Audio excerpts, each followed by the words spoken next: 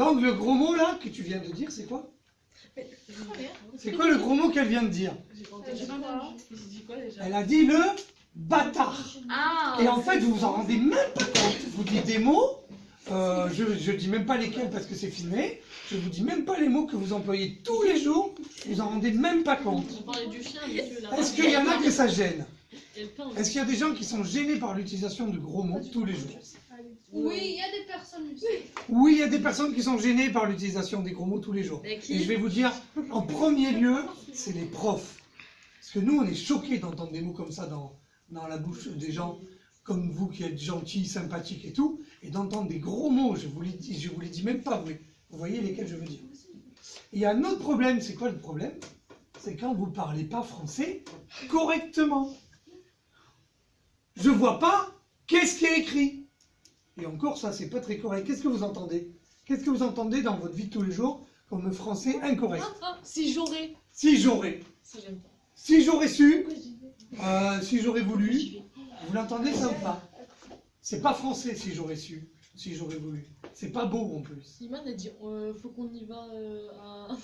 Faut qu'on y va? Faut qu'on y va, Tu dis Lidl. ça, faut qu'on y va? On y va en haut. Il faut pas que tu la vois, hein. Non, non. Hier, je t'ai bien J'entends. compris. Non, sérieusement, est-ce que vous comprenez pourquoi c'est important de bien parler correctement? Pourquoi c'est important? Surtout si on veut travailler avec des bébés, quoi. Vous allez travailler avec des enfants, ça c'est certain, donc fatalement, on va vous demander de vous exprimer correctement. Mais plus important encore que ça. C'est pour la personne en soi-même. Si une personne elle te parle mal comme ça, tu te dis ah mais elle sait pas parler.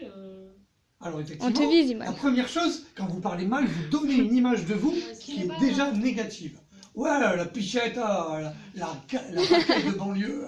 Oui, c'est vrai ou non? Quand vous entendez qu'il dit, un garçon qui dit « Wesh, t'es bonne », eh ben, c'est sûr que ça va pas le faire. Vous êtes d'accord avec ça ou pas? Le mec qui dit « Wesh, wesh, t'es bonne, vas-y, donne-moi ton 06 ». Vous comprenez bien que ça pose un problème, ça. L'image de ce garçon, de suite, elle est détériorée. Vous comprenez ou pas?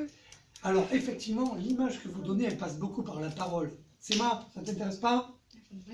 Dis-moi, elle sent quoi? J'espère qu'on l'entend pas sur la vidéo, ça. Parce que tu vois, c'est typiquement ce qui énerve les profs. Des trucs que vous dites sans vous en rendre compte. Des trucs horribles en plus. Hein. Horribles. Premièrement, l'image est détériorée. Votre image. Deuxièmement, vous prenez des risques pour un emploi futur. Parce que si vous parlez tout le temps comme ça, vous ne faites pas attention et vous ressortez un truc comme tu viens de faire.